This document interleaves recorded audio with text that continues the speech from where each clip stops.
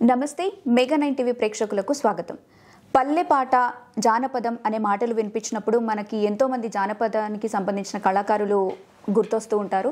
So వాళ్ళల్లో folk singers ముందుంటారు. అందులోనూ ముందుగా వినిపించే పేరు ఏపూరి సోమన్న గారు. సో ఇప్పుడు మన మెగా 9 టీవీ స్టూడియోలో ఏపూరి సోమన్న గారు మనతో పాటు ఉన్నారు. సో జానపద పాటల వెనుక ఉన్న కథ గురించి, మన రాష్ట్రంలో ఉన్న జానపద విశిష్టత గురించి అన్నని అడిగి తెలుసుకుందాం. నమస్తే సోమన్న. నమస్తే. సో మనం ఈ ఇంటర్వ్యూని స్టార్ట్ చేసే ముందు ఒక పాటతో మొదలు పెడదాం.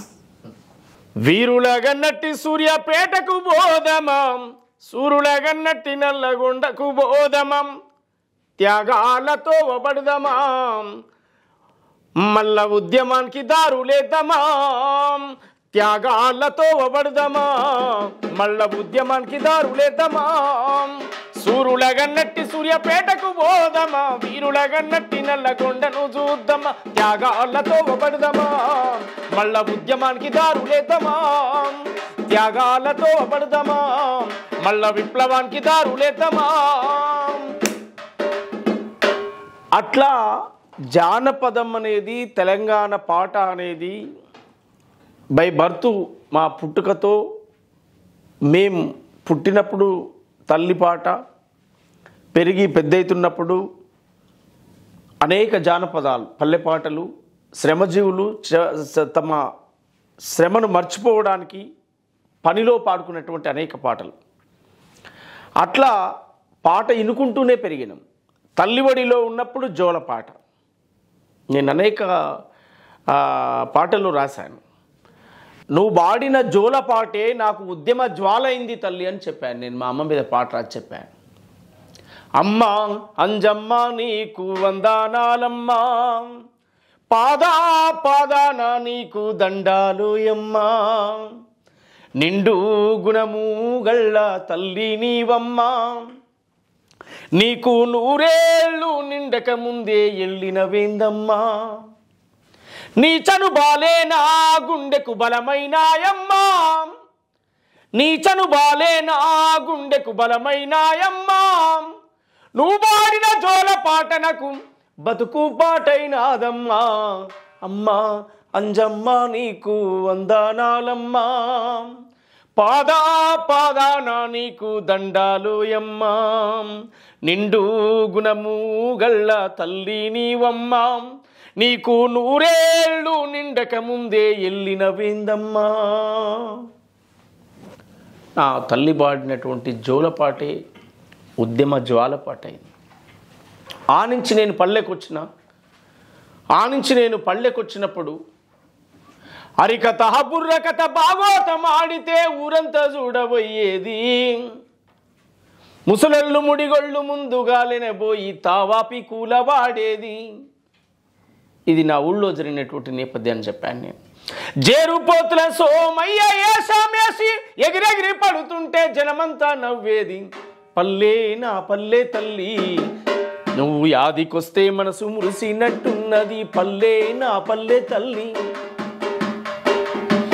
బండ్ల సోమయ్య తాత ఎల్లమ్మ కథ చెప్తే ఊరంతా మేలుకునేది, కంతి రామయ్య అల్లి రాని వేషం గడితే స్టేజ్ అంతా దద్దరిల్లేది, డీలరు మల్లయ్యకెవ్వడెదురు పడ్డ ఆపి ముచ్చట పెట్టేది, మాట మాటకు తీట శాస్త్రాలు చెప్పుతూ పొద్దెళ్ళ గుచ్చుకునేది, మా కదరు ఎళ్ళే తాత సారదాగిండంటే ఎర్ర జెండా పాటలెగిరెగిరి పాడేది.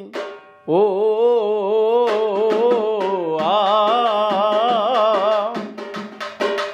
పల్లె నా పల్లె తల్లి నువ్వు యాదికొస్తే మనసు మురిసినట్టున్నది, పల్లె నా పల్లె తల్లి. చాలా చక్కగా ఉంది. అట్లా తల్లి ఒడి నుంచి పల్లె ఒడిలోకి వచ్చాను, పల్లె ఒడి నుంచి ఉద్యమాల్లోకి వచ్చాను. పాట ఎట్లా ప్రయాణమైందంటే, తల్లి ఒడిలో విన్నా నేను, నువ్వు పాడిన జోలపాటే నాకు బతుకు పాట అయింది అమ్మ. ఆంచి పల్లె ఒడిలోకి వచ్చాను. ఈ పల్లె పాట ఒడిలోకి వచ్చినప్పుడు ఇది విన్నాను. పల్లె ఒడిలోకి వచ్చాను, ఉద్యమ ఒడిలోకి వచ్చాను, ఉద్యమాల తల్లి ఒడిలోకి వచ్చాను. తల్లి నీ ఒడి నిండా త్యాగాల మూట,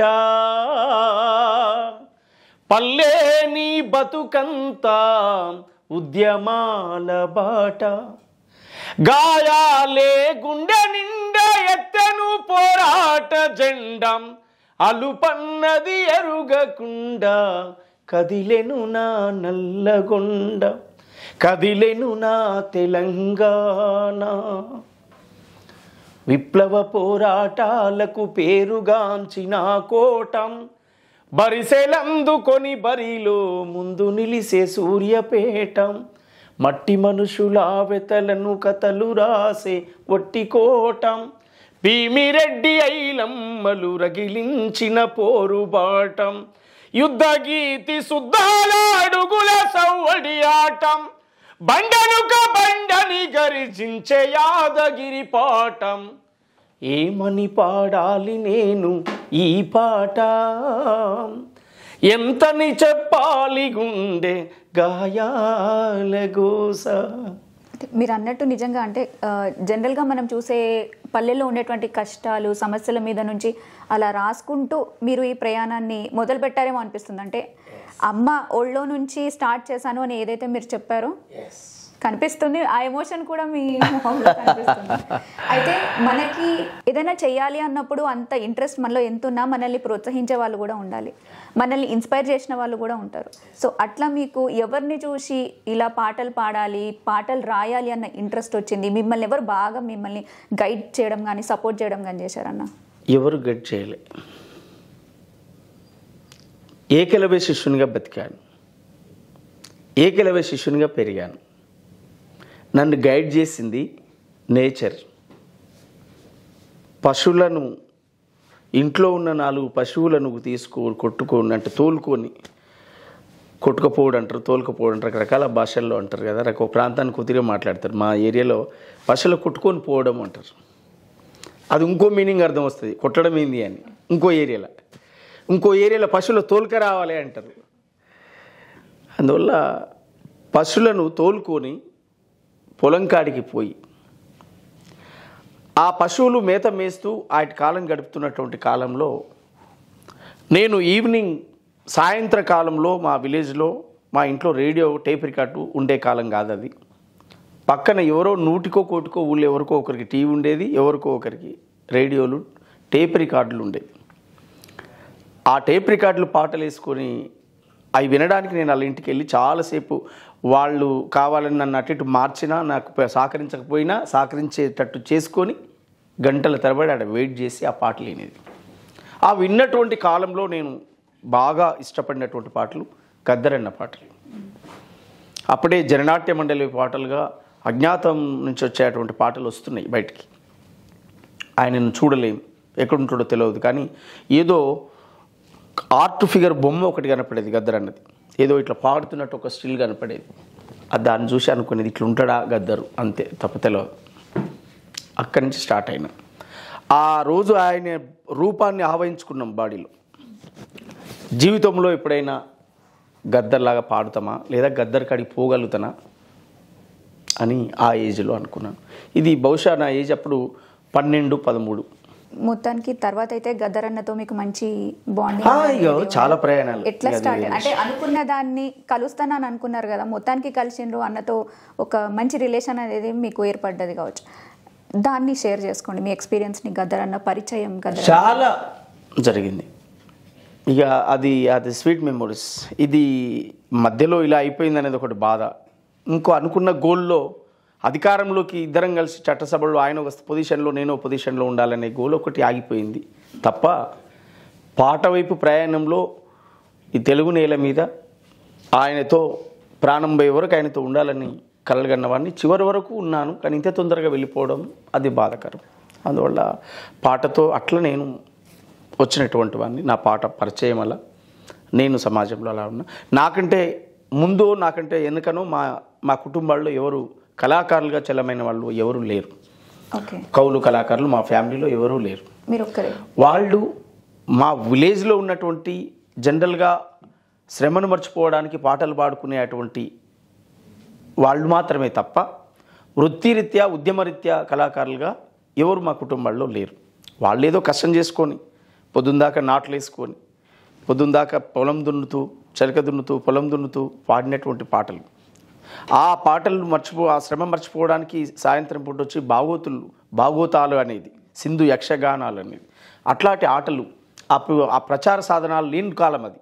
అట్లాంటి రోజుల్లో అది మా చిన్నతనంలో చూశాను నేను లైవ్. నేను 5-6 ఏళ్ళ ఏజ్ ఉన్నప్పుడే చూశాను. అట్లా చూసినటువంటివే తప్ప నాకు ప్రత్యక్షంగా ఇది లేదు. అందువల్ల మా విలేజ్ నుంచి, నేను పుట్టిన వెలిశాల ఊరు నుంచి గీనొకడు పెద్ద కళాకారుడు అయిండు, లేకపోతే గీన ఒక పెద్ద కవి అయిండు అనేది ఏం లేదు. అది నాతోటి వచ్చింది, నా తరంతో వచ్చింది అది. అందువల్ల నేను గర్వపడతాను, నేను పుట్టిన ఊరుకు ఆ పేరు వచ్చింది అని చెప్పి నేను గర్వపడతాను. మీరే క్రియేట్ చేసినారు అంత గొప్ప పేరుని, మీ ఊరిని ముందుకు తీసుకెళ్ళాలి. నాకంటే ముందు వాళ్ళు 60 ఏళ్ళు ఏజ్ ఉన్నటువంటి వాళ్ళు ఇప్పుడు ఎక్కడన్నా విలేజ్లకు పోతే, పక్కన మహబూబ్నగర్కో లేకపోతే విజయవాడకో ఇక్కడ పోతే క్యాజువల్గా ఎక్కడ మీది ఏ ఊరు అని అడిగిన సందర్భం రాగానే వీళ్ళు మా ఊరు వెలిశాల అని చెప్తారట. చెప్పగానే ఏ పురుషోమన్న వాళ్ళ ఊరా అంటారట. ఆ మాట మళ్ళీ వీళ్ళు నాతోటి అన్నప్పుడు నా మనసంతా, నా ఊరేందండి, మీరు పుట్టినాక 20 ఏళ్ళకి 30 ఏళ్ళకి పుట్టిన నేను, మీరు అని అంటే లే అంటే అట్లా ఐడెంటిఫై చేస్తారు, సోమన్న ఊరు మీది అని అంటారు. అంత గొప్ప పేరుని మీరు సంపాదించుకున్నారు కష్టపడి. ఓకే, సో గద్దర్ అన్న మాట వచ్చింది కాబట్టి వారిని గుర్తు చేస్తూ ఒక పాట. త్యాగాల పాటవన్నో మాయన్న గద్దారన్నాం, ఉద్యమాల బాటవన్నో మాయన్న గద్దారన్నాం, ఎగిరేటి పోరాట జెండవు నీవు, మా బక్క పలసానుల దండు నీవు, త్యాగాల పాటవన్నో మాయన్న గద్దారన్నాం, ఉద్యమాల బాటవన్నో మాయన్న గద్దారన్నాం. అట్లా నేను ఆయన పుట్టుకను, ఆయన నేపథ్యాన్ని, ఆయన జీవితం, ఆయన దండకారణ్యం పోయింది, ఆయన అజ్ఞాతంలోకి పోయింది, ఆయన ప్రజల్లో ఉండి ఆయన పడ్డటువంటి శ్రమ, ఆయన కష్టం మొత్తం పాట రూపంలో రాసి చెప్పాను నేను.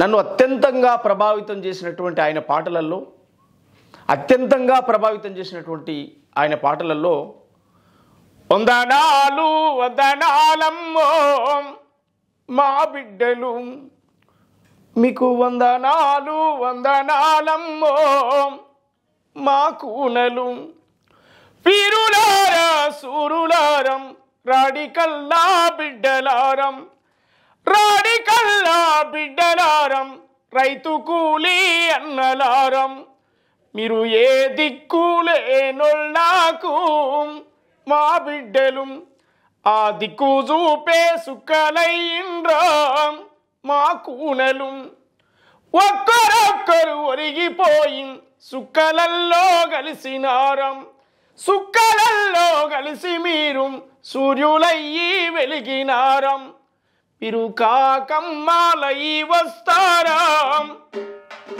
మా కూనలు, మా కడుపు తీపి చూసిపోతారా మా బిడ్డలు, కావు కావున కాకులరిసెం తలుపు గొల్లెం సప్పుడాయం, ఎవ్వరావో అన్న వచ్చి పిలిచినట్టు అలికిడాయం, మీరు కాకమ్మాలయ్యి వస్తారా మా బిడ్డలు, మా కడుపు తీపి చూసిపోతారా మా కూనలు, వందనాలు వందనాలమ్మో మా బిడ్డలు, ఒక్కరొక్కరు ఒరిగిపోయి వద్దురా వద్దూర కొడుకం దొరలతోటి యుద్ధమొద్దని నెత్తినారు మొత్తుకున్న ఎంత చెప్పినా వినకపోతివి, వందనాలు వందనాలమ్మో మా బిడ్డలు,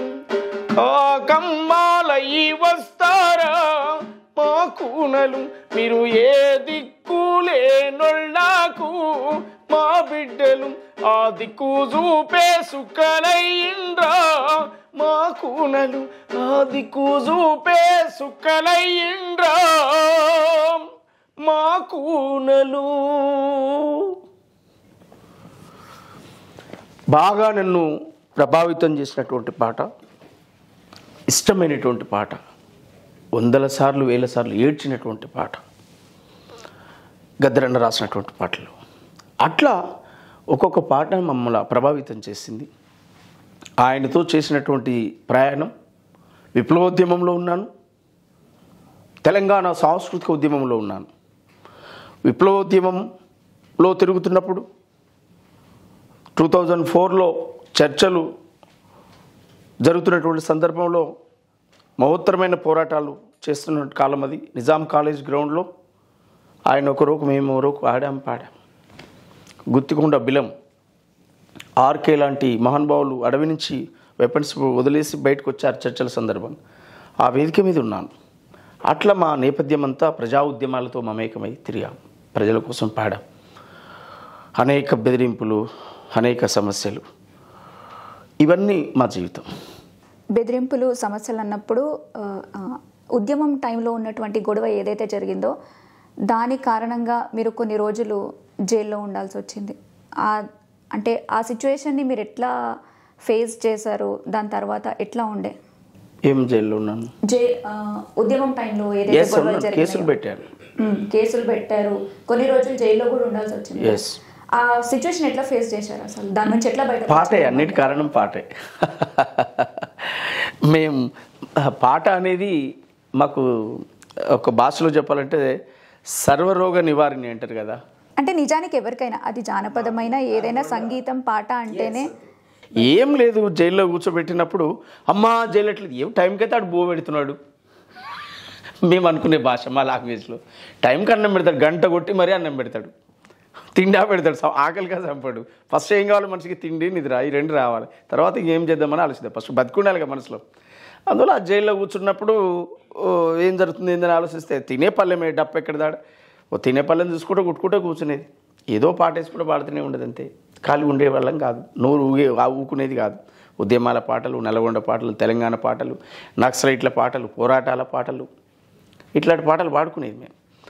గిచ్చన్న గిరిమల్లెలో నక్సల్ బారి నావ సాగుతున్నదో, గండాలు దాటుకుంటా ఈ నావ గమ్యానికి వస్తున్నదో, సిరిగిరిడ పుట్టింది సిక్కోలు చేరింది నాగవాలి వంశధారెంట సాగింది, మంజిర మానేరు కంజరై మోగింది, చంద్రవంకల పైన చిందులే వేసింది, పల్నాడు పోరులో పదునెక్కిపోయింది, సిరిసిల్ల జగిత్యాల కల్లోళ్ళ ముంపుల్ల కాకిటానాలపై కాలు దూరికింది, పొగలు జిమ్మవుతున్నదో ఈ నావ పొలిమెర్లు దాటుతుందో, గిచ్చన్న గిరిమల్లెలో నక్సల్ బారి నావ సాగుతున్నదో, గండాలు దాటుకుంటా ఈ నావ గమ్యానికి వస్తున్నదో,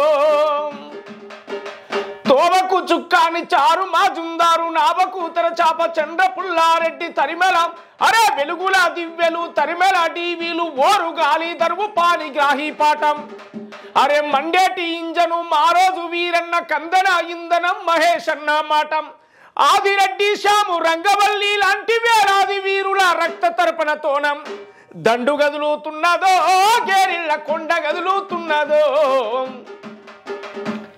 అట్లా పాడుకునేటువంటి వాళ్ళం, జైల్లో పాడేటువంటి వాళ్ళం. ఇది జైల్లో రాసింది కాదు, నేను రాయలేదు.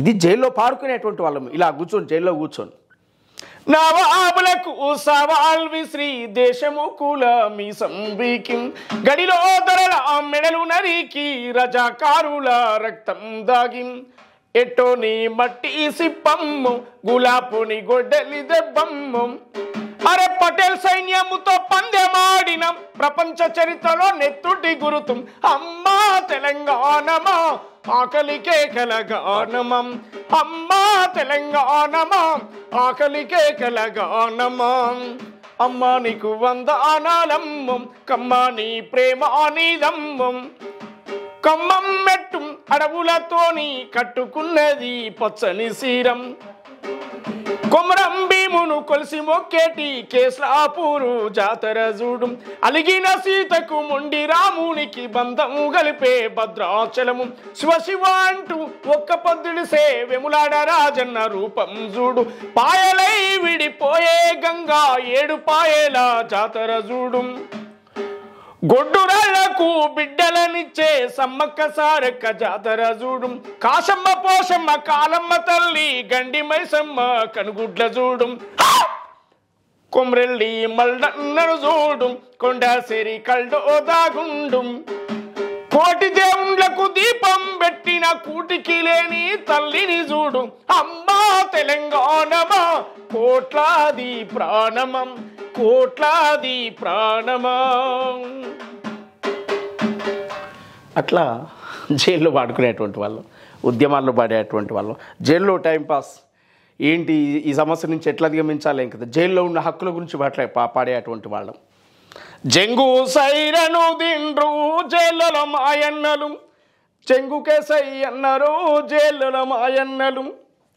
చెయ్యని నేరానికేమో చేతులకు బెడీలేసి 4 గోడల మధ్య నాలుకలను తెగ్గొస్తే భూకబ్జాలు చేసిండ్రు జైళ్ళలో మాయన్నలు, భూమిని వణికించిండ్రు జైళ్ళలో మాయన్నలు. పసిపిల్లలు జైలుకొస్తే ఎద మీద ఎత్తుకొని ముద్దు పెట్టుకుందామంటే 4 గోడల మధ్య జాలి ములాకాతండ్రు, ఆ జాలి నిరగదన్నిండ్రు జైళ్ళలో మాయన్నలు. ఆలి పిల్లల కలిసిండ్రు జైళ్ళలో మాయన్నలు. పేరుకే మటను కూర మసాలా వాసన తప్ప మటను ముక్కగాన రాదు. ఎస్ కమిషన్కు బొంగా తెచ్చేటోడు కొంత మింగె, వండేటోడు ఇంత మింగె, అరే వేసేటోడు ఊడ్స్కే నాకేం, మా మటను మాకిమ్మండ్రు జైళ్ళలో మాయన్నలు, మీ బటను ఊడుతుందన్నారు జైళ్ళలో మాయన్నలు. ఇట్లా అనేక పాటలు పాడేటువంటి వాళ్ళం. మీరు ఇంతగా ఇలా పాడుతుంటే నేను ఎంత అడిగినా ఎంత చెప్పినా తక్కువే అనిపిస్తుంది నాకు. పర్లేదు, అడగండి. తెలంగాణ రాష్ట్రం ఏర్పడిన తర్వాత, అంటే అంతకుముందు ఏపీ తెలంగాణ అంతా కలిసి ఉండే, బట్ ప్రత్యేకంగా రాష్ట్రం అనేది ఏర్పడిన తర్వాత జానపదానికి దాని విలువ పెరగడం కానీ డిఫరెన్స్, మీరు చూసిన డిఫరెన్స్ ఏంటి? నిజంగానే పెరిగిందా? ఏదైతే మీలాంటి కళాకారులు కోరుకున్నారో అది వచ్చింది అనుకుంటున్నారా? పాట సాధారణ సమాజంలోకి విస్తృతంగా వెళ్ళిపోయింది. తెలంగాణ ఉద్యమంలో నిర్బంధాలతో నిండినటువంటి పాట, పాట పాడితేనే అరెస్ట్ చేస్తారట, అంటే పాట పాడితేనే కేసులు పెడతారట, పాట పాడితేనే ఎన్కౌంటర్ చేసేటువంటి కాలం నుంచి పాట సగర్వంగా నడి రోడ్డు మీదకి వచ్చి కాలర్ ఎగిరేస్తూ నాది పాట ఎవడ్రా నన్ను అనేవాడు అనేటువంటి పరిస్థితికి పాట వచ్చేసింది. అది ప్రజా ఉద్యమాలు తీసుకొచ్చినటువంటి ప్రభావితం. తెలంగాణ మూమెంట్, ప్రజా ఉద్యమాలు, ప్రజా పోరాటాలు, పాట పాడితే చంపేసినటువంటి కాలం, పాట పాడితే 18 ముక్కలుగా నరకబడ్డ బెల్లిలలితక్క సాక్షిగా అదే పాట ప్రపంచ పటంపై అంటే అంతర్జాతీయ స్థాయిలో తెలంగాణ పాటను వినాలి అని చెప్పి అమెరికా లాంటి దేశాలకు పిలిపించుకొని పాటలు పాడిన సందర్భాలు ఉన్నాయి. బొంబాయి, దుబాయ్ లాంటి ప్రాంతాలకు వెళ్ళి కళాకారులు ఇక్కడి నుంచి వెళ్ళారు చాలామంది. అట్లా నేను పాట అంతర్జాతీయ ఖ్యాతి వచ్చింది, తెలంగాణ పాటకు చారిత్రాలను గుర్తింపు వచ్చేసింది. అందువల్ల పాట చాలా అద్భుతంగా ప్రజల్లోకి వచ్చేసింది. కానీ ఆ పాటను పట్టుకొని ఇప్పుడు బతుకుతున్న అనేక మంది కళాకారులకు ఇవాళ వాళ్ళ స్థితిగతులు, వాళ్ళ జీవన విధానాలు మాట్లాడుకుంటే వాళ్ళకు కొంత న్యాయం చేయాల్సినటువంటి అవసరం ఉంది. చాలామంది రోడ్ల మీద పడ్డారు. అప్పుడున్నటువంటి గవర్నమెంట్లు తీసుకున్న తప్పుడు నిర్ణయాలు, కేవలం 550 మంది కళాకారులకి ఉద్యోగాలని చెప్పి ప్రకటించడం, వేలాది మంది కళాకారులు ఉన్నారు.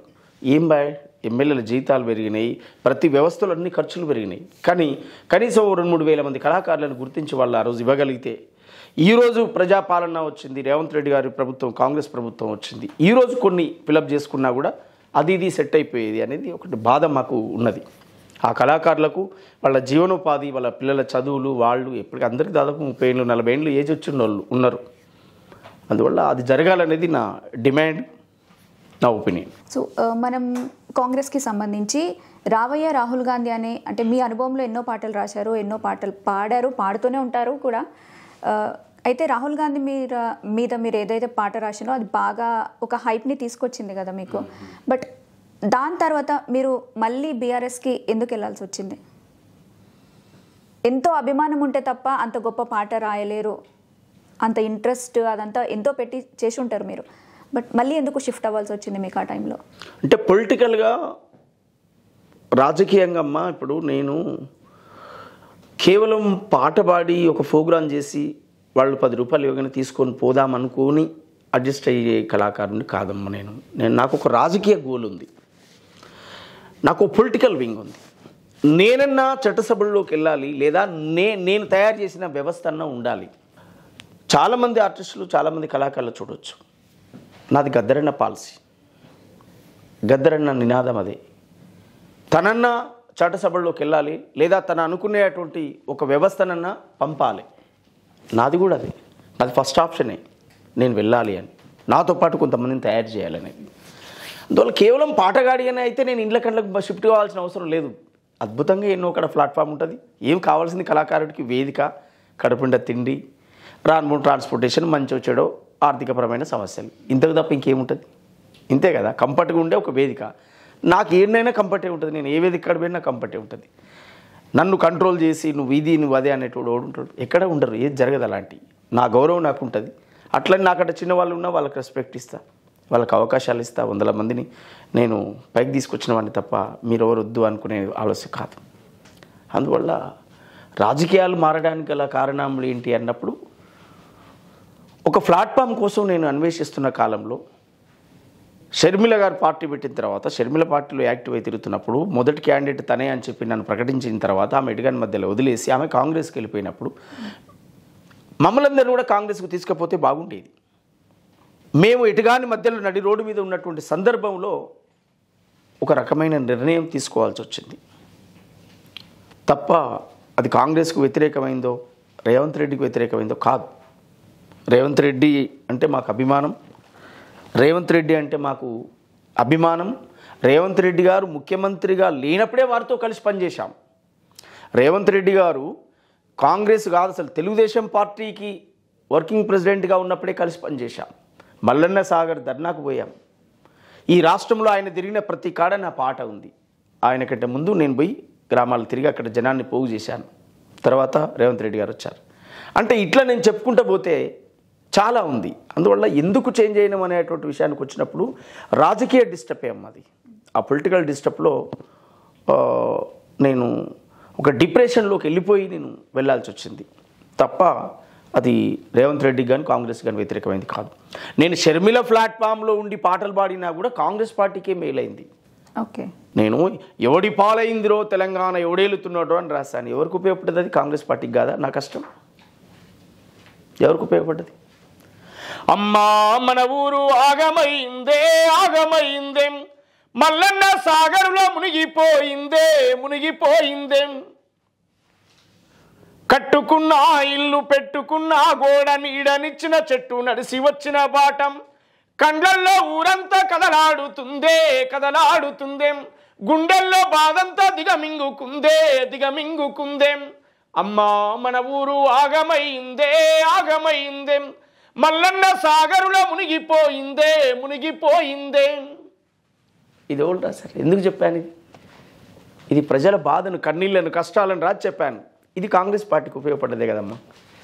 నేను ప్రత్యక్షంగా పరోక్షంగా ఎక్కడ ఉన్నా కూడా నా పాట మాట పార్టీకి ఉపయోగపడ్డది. ఆ రోజు కేసీఆర్కి వ్యతిరేకంగా ఏది మాట్లాడినా అది కాంగ్రెస్ పార్టీకి మైలేజ్ అయింది. అందువల్ల ఆ రోజు మారాల్సి వచ్చింది. ఆ 1 month 2 month అట్లా ఉన్నా కానీ కొన్ని పరిస్థితుల దృష్ట్యా మళ్ళీ నేను నా ప్లాట్ఫామ్ నేను రీప్లేస్ చేసుకోవాలి. నేను పనిచేసిపోయిన పార్టీ, నేను ఉత్తమ్ కుమార్ రెడ్డి గారు పిసిసి అధ్యక్షుడు ఉన్నప్పుడు నుంచి స్టార్ట్ అయ్యాను కాంగ్రెస్లో. నేను సాంస్కృతిక సేన అని, కాంగ్రెస్ పార్టీకి సాంస్కృతిక సేన అని ఒక బ్యానర్ పెట్టిందే నేను. పెట్టి దాన్ని ఓపెన్ చేయించి ఉత్తమ్ కుమార్ రెడ్డి గారితో, రాజగోపాల్ రెడ్డి గారితో, వెంకరెడ్డి గారితో, వీళ్ళందరితో అటాచ్ అయ్యి, దామోదర్ రెడ్డి గారితో, మా ప్రాంతంలో దామోదర్ రెడ్డి గారు, వీళ్ళందరితో కలిసి పనిచేసినట్టు. కాంగ్రెస్ పార్టీకి వేరు, ఏ పురుషోమన్నా వేరు కాదు. అందువల్ల మీరు అడగడంలో తప్పులేదు. ఆ జరిగినటువంటి ఒక డిప్రెషన్ ప్లేస్లో ఆ నిర్ణయాలు తీసుకోవాల్సి వచ్చింది. మళ్ళీ దాన్ని రీప్లేస్ చేసుకోవడం, ఎంపీ ఎలక్షన్ కంటే ముందే నేను మళ్ళీ పార్టీలోకి వచ్చిన. ఇవాళ అద్భుతంగా పనిచేసుకుంటున్నా, పార్టీలో ఉంటాం. సో ఇప్పుడు షర్మిల గారి టాపిక్ వచ్చింది కాబట్టి, గతంలో ఆవిడ పెట్టిన పార్టీ ఆ టైంలో ఎలక్షన్స్ ముందు వరకు కూడా, ఇంకా ఎలక్షన్స్ నడుస్తాయి అన్నప్పుడు కూడా బీజేపీనా కాంగ్రెసా బీఆర్ఎస్ఆ ఎవరిది వస్తుంది అని అనుకుంటున్న టైంలో షర్మిల గారు పార్టీ పెడుతున్నాను అనౌన్స్ చేయడము, రాజన్న అభిమానులు ఎవరున్నా కూడా షర్మిల గారికి సపోర్ట్ చేయడం, ఇదంతా చూసాం. ఇలా జరుగుతున్న టైంలో ఇప్పుడు మీరు కూడా అన్నారు ఆవిడ కాంగ్రెస్కి వెళ్ళిపోయే టైంలో మిమ్మల్ని కూడా తీసుకెళ్లాల్సింది అని. కానీ ఎందువల్ల ఆవిడ ఆల్ ఆఫ్ ఎ సడన్ ఆ డెసిషన్ తీసుకున్నారని మీరు అనుకుంటున్నారు? అంటే ఇప్పుడు నేనేమంటున్నా అంటే అమ్మా, బాగా గుర్తుపెట్టుకోండి, షర్మిల గారి చర్చ, షర్మిల గారి ట్రాఫిక్ అనేది ఇప్పుడు మనకు అనవసరం అని నా ఒపీనియన్. జరిగిపోయింది అది, ఇప్పుడు లేదు. ఇక్కడ ఏపీలో ఉంది, మా పార్టీలోనే ఉంది. అవును, మళ్ళీ మీ పార్టీ మా నాయకురాలే, ప్రాబ్లం ఏం లేదు. ఇక జరిగింది, ఒక చిన్న డిస్టర్బ్ జరిగింది అంతే. కానీ ఇప్పుడు షర్మిల గారి ట్రాఫిక్ అవసరం లేదు మనకు. మనం తెలంగాణలో ఉన్నాం, తెలంగాణ గురించి మాట్లాడుకుందాం. అంటే కొంతమంది ఎక్స్పెక్టేషన్స్ పెట్టుకున్న వాళ్ళు అదే ఉంటారు ఏం కదా, కాదు. ఆవిడని నేను support షర్మిలమ్మ చేసేవాళ్ళు. నాకు చాలా గౌరవం, చాలా ఇష్టం, చాలా గౌరవం. ఆమంటే ప్రేమ, అభిమానం అన్నీ మేము మా తోబుట్టు కంటే ఎక్కువ ఆరాధించడం. అమ్మానే అన్నం, అక్క అన్నం మాకు చాలా ఇష్టం షర్మిలమ్మ అంటే. అందువల్ల ఆమెను చాలా గౌరవిస్తాం. ఎప్పటికీ ఆ రెస్పెక్ట్ ఉంటుంది. సరే ఏదైనా జరగని, రాజకీయాల్లో ఏదైనా జరగని కానీ ఆమె అంటే మాకు గౌరవం. రాజశేఖర రెడ్డి గారి బిడ్డ, ఆమె అంటే గౌరవం మాకు. సో ప్రస్తుతం మీకు ఇష్టమైన కాంగ్రెస్ ప్రభుత్వమే నడుస్తుంది కాబట్టి గత Yes. ఏడాదిగా అందులో మీ రోల్ ఏంటి? మీలాంటి కళాకారులకి మీ తరపున ఇచ్చే అవకాశాలు కానివ్వండి, ఎందుకంటే ఎక్స్పెక్ట్ చేసినంత తెలంగాణ ప్రభుత్వం బీఆర్ఎస్ పార్టీ ఉన్నప్పుడు ఇవ్వలేకపోయింది అన్న ఒక మాట అయితే ఉంది. ఇప్పుడు ఆ మార్పు మీకు ఏమైనా కనిపిస్తుందా? మీ నుంచి మీలాంటి వాళ్ళకి వచ్చే సహాయం ఏంటి? కాంగ్రెస్ పార్టీ పేదోడి గురించి ఆలోచించే పార్టీ. కాంగ్రెస్ పార్టీ ప్రతి బడుగుల కోసం, పేదల కోసం, నిరుపేదలు, అభాగ్యుల కోసం అండగా నిలబడే పార్టీ. ఉదార స్వభావం, పెత్తనాలు, దొరతనాలు, అహంకారాలు ఇలాంటివి ఉండయి. అందువల్ల ఓ మాట అన్నారు అంటే ఆ మాట కట్టుబడి ఉంటారు. ఏడాది కాలమే అవుతుంది, చాలా అమలు చేసుకుంటూ వచ్చిండ్రు. ముందు కూడా ఇంకా అమలు జరుగుతాయి. ప్రజాపాలన, పరిపాలన, సంవత్సర పాలన దినోత్సవాలు జరుపుతున్నారు రాష్ట్ర వ్యాప్తంగా. అద్భుతంగా జరుగుతూ ఉన్నాయి సభలు. స్కీమ్స్ కూడా ప్రజలకు అందుతున్నాయి. బస్సు వచ్చింది, ఉచిత బస్సు, గ్యాస్ వచ్చేసింది. ఇంకో దప్ప కూడా జరుగుతుంది. అనేక విషయాల మీద క్లుప్తంగా వాళ్ళకు స్పష్టమైన వైఖరితో ముందుకు నడుస్తున్నారు. మూసి ప్రక్షాళన చేయబోతున్నారు. అద్భుతంగా ఆ మూసి పరివాహక ప్రాంతం అంతా కూడా రోగాలు, నొప్పులతో మేము చాలా పాటలు రాసినాం. మూసి మీద చాలా సమస్యలు చూసినాం. మేము లైవ్లో నేను పోయి చూసా ప్రత్యక్షంగా మూసి ప్రజలు పడుతున్న బాధలన్నీ. అవన్నీ కూడా తీరబోతున్నాయి రేపు. అందువల్ల ఒక మంచి వాతావరణం, మంచి పరిపాలన జరగబోతుంది. అన్నిటికంటే మించి ఈ రాష్ట్రంలో ఊపిరి పీల్చుకున్నంత పని అయిందమ్మా. 10 ఏండ్ల కాలం, నిర్బంధ కాలాన్ని ఊపిరి పీల్చుకున్నంత పని అయింది. అందువల్ల వెరీ హ్యాపీ.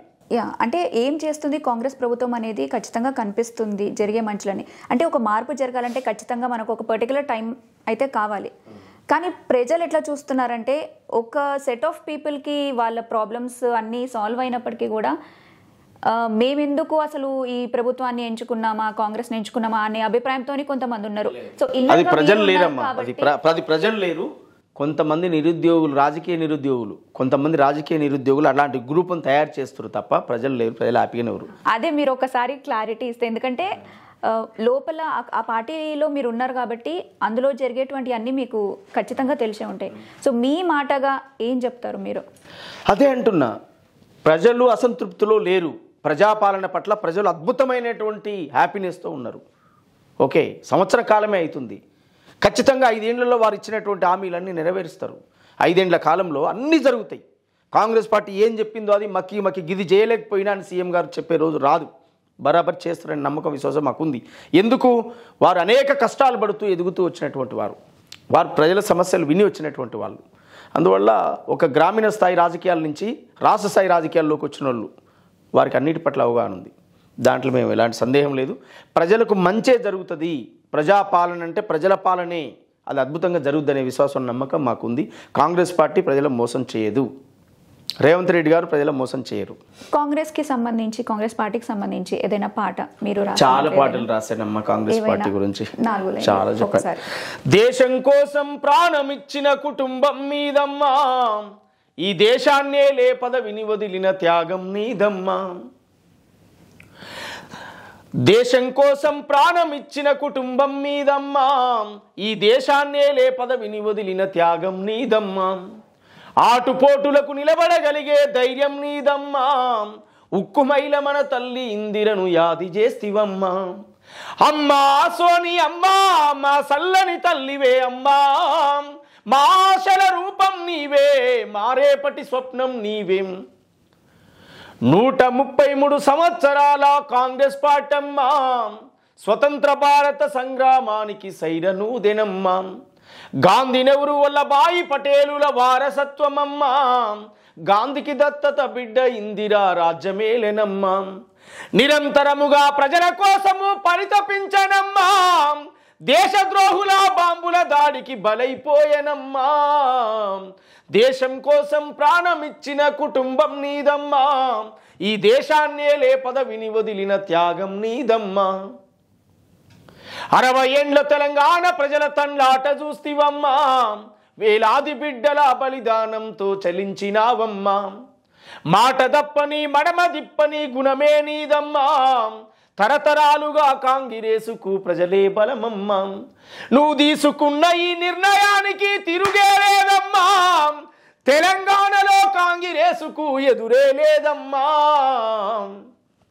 సో ఖచ్చితంగా జనాలకి చేస్తుంది కాంగ్రెస్ ప్రభుత్వం. అయితే మనం నేతలకి సంబంధించి గురించి మాట్లాడుకుంటే కావాలనే టార్గెట్ చేస్తున్నారు, ఈ అరెస్ట్లన్నీ చేపిస్తున్నారు.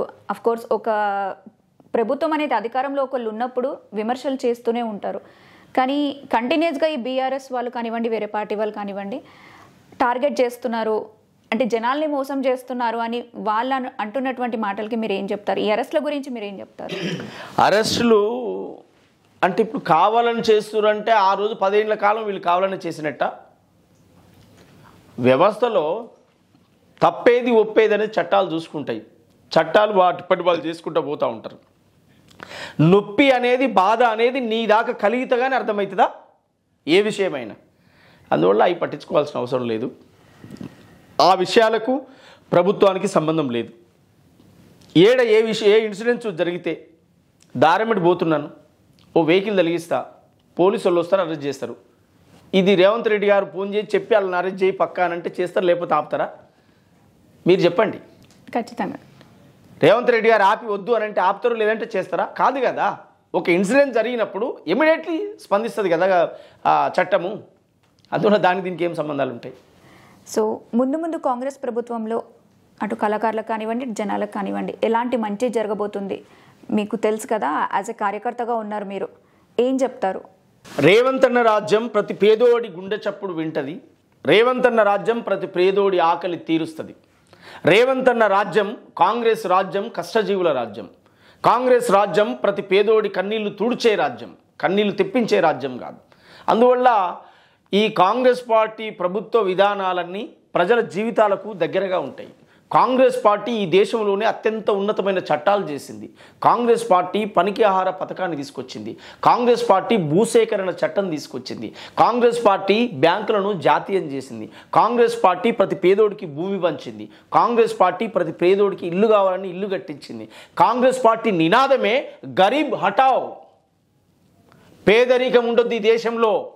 ఇది కాంగ్రెస్ పార్టీ యొక్క నినాదం.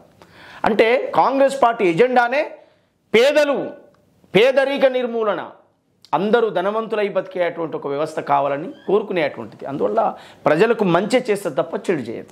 ఇంకోటి సోమన్న, ఏబిసిడి వర్గీకరణకు సంబంధించి ఎస్సీ ఎస్టీది దానికి సంబంధించి గొడవలు అనేవి జరుగుతున్నాయి కదా, మీరేమంటారు దాని గురించి? ఎస్సీల ఏబిసిడీల వర్గీకరణ అనేదమ్మా ఖచ్చితంగా జరగాలి. సామాజిక న్యాయం కావాలని చెప్పి బీసీలో ఉన్నటువంటి కులాలన్నిటికీ ఏబిసిడీలుగా విభజించినప్పుడు ఎస్సీలో ఉన్న 59 కులాలను కూడా ఏబిసిడీలుగా విభజించాలనేది డిమాండ్. ఈ ఏబిసిడీలో విభజన జరగడం ద్వారా రాజ్యాంగంలో వచ్చినటువంటి రిజర్వేషన్లు ఏవైతే ఉంటాయో, హక్కులు ఏవైతే ఉంటాయో అవి సమానంగా వస్తాయి, సమన్యాయం జరుగుతుంది. లేకపోవడం ద్వారా ఇంతకాలం నుంచి వర్గీకరణ జరగకపోవడం ద్వారా ఇంతకాలం నుంచి 59 కులాలుగా ఉన్నటువంటి ఎస్సీలు ఓన్లీ ఒక కులం మాత్రమే బాగుపడుతుంది, అది రాజకీయ రంగంలో, ఉద్యోగ రంగంలో. అందువల్ల 58 కులాలు అన్యాయం అవుతున్నాయి. 58 కులాలకు న్యాయం జరిగే వర్గీకరణ జరగాలనేది మా డిమాండ్. దానికి మేము ఖచ్చితంగా మందకృష్ణ మాదిగ గారికి మేము మా మద్దతు, మా సపోర్టు. మందకృష్ణ మాదిగ గారితో పాటు 58 ఉపకులాలు, ఎంఆర్పిఎస్ తోడుగా 58 ఉపకులాలు, 58 ఉపకులాల నాయకులకు కూడా మా మద్దతు. అందువల్ల అది న్యాయమైన డిమాండ్. ఇప్పుడు అంటరాని వాడలు, వెలివాడలు, కష్టమేందో భరించిన వాడలు, కన్నీళ్లు పెట్టినటువంటి వాడలు అవన్నీ చూసి ఉన్నటువంటి మేము. అందుకే మేము చాలా సమస్యలలో, చాలా విషయాల్లో స్ట్రగుల్ పడ్డటువంటి వాళ్ళం, ఆ వాడలు, ఆ జాడలు అవన్నీ కూడా. అందువల్ల మేము వర్గీకరణ అనేది చాలా న్యాయమైనటువంటి డిమాండ్. దాన్ని ప్రజా సంఘాలు, ప్రజాస్వామికవాదులు, ఈ దేశంలో ఉన్న అన్ని రాజకీయ పక్షాలు, ఏ ఒక్క పార్టీ అని అందరూ కూడా ఒప్పుకున్నటువంటి సందర్భం. ఇవాళ ఏదో మందకృష్ణ మాదిగ వ్యక్తిగత పంచాది కాదు, ఇంకోరు చేస్తున్నది వ్యక్తిగత పంచాది. నాకు మంత్రి పదవి కావాలని ఇంకొక ఆయన చేస్తున్నాడు. అమాయకమైనటువంటి మాల సామాజిక వర్గాన్ని మొత్తం రెచ్చగొడుతూ మనం ఇట్లా మనం అట్లా అంతా ఉట్టుముచ్చుంటుంది. 30 సంవత్సరాల నుంచి ఈ నేల ప్రతి పల్లె, ప్రతి గడప మందకృష్ణ మాదిగ తిరిగిండు, ప్రజలను కూడా కట్టిండు, లక్షలాది మందిని హైదరాబాద్ దిగ్బంధనం చేసి ఉద్యమాలు చేసిన చరిత్ర ఎంఆర్పిఎస్కు ఉంది. అడుగు అడుగునా దగా పడ్డనా, అనగారిన ప్రజలకు అండగా ఉండేం నా మాదిగ దండోరో ఎంఆర్పి ఎజెండేరో మందా కృష్ణ మాదిగరో మా గుండె బలమేరో. ఆయన వర్గీకరణ జరగాలనేటువంటి డిమాండు 58 కులాలకు సామాజిక న్యాయం కావాలనేది ఆయన డిమాండ్. అది న్యాయమైంది, దానికి సంపూర్ణంగా మేము మద్దతు ఇస్తాం. రేపు ప్రత్యక్ష పోరాటాల్లో పాల్గొంటాం, రేవంత్ రెడ్డి గారిని ఒప్పిస్తాం, వర్గీకరణ చేస్తామని ముఖ్యమంత్రి గారే చెప్పారు. అందువల్ల అది ఖచ్చితంగా సక్సెస్ అవుతుంది. ఒక మంచి చక్కటి పాటతో అయితే మొదలు పెట్టాం కదా. ఇప్పుడు ఈ కాంగ్రెస్ ప్రభుత్వం వచ్చి 1 year అయిపోయింది. చాలామంది ఎంతో సంతోషంగా ఉన్నారు రేవంత్ అన్న సామ్రాజ్యం నడుస్తున్నందుకు. రేవంత్ అన్న మీద ఏదైనా ఒక పాటతో మనం ఈ ఇంటర్వ్యూ ఎండ్ చేద్దామా? రేవంత్ అన్న మీద చాలా గొప్ప పాట రాస్తున్నానమ్మా. కాకపోతే నేను ఇప్పుడు పాడిన పాట నేను అది ఆయన చేతనే రిలీజ్ చేసేటువంటి సందర్భం ఉంది. అందువల్ల దొరల పాలన కూలాగొట్టిన ప్రజాపాలన కాంగ్రెస్ పాలన, అరే దొరగడీలు కూలాగొట్టిన ప్రజాపాలన కాంగ్రెస్ పాలన, రైతుల కోసం రణం నడిపిన రేవంత్ అన్నరో మన ముఖ్యమంత్రిరో. ఆయన చేసినటువంటి ప్రతి ఎజెండాను పాట రూపంలో రాసుకొస్తున్నాను. త్వరలో మీ ముందు మీరందరూ రాష్ట్రమంతా వింటది. అందువల్ల నేను రేవంత్ కోసం గతంలో చాలా పాటలు రాశాను. నేను జనం కొరకు రణం చేసే రేవంత్ అన్నా నీ అడుగుల అడుగేసుడే మా వంతన్నాం, పాదయాత్రతో నడిసిన రేవంత్ అన్నా నీకు ఊరూరా ఉద్యమాల దండాలన్నాం, నువ్వు అడుగేస్తే గడీలా దొరలంతన్నా తెలంగాణ జనమంతా నీ చంతన్నా, జనం కొరకు రణం చేసే రేవంత్ అన్నా నీ అడుగుల అడుగేసుడే మా వంతన్నా. Thank you so much Somanna. చాలా చక్కగా మీ గొంతు మరొకసారి వినిపించారు ప్రత్యేకంగా మెగా 9 టీవీ ప్రేక్షకులకి.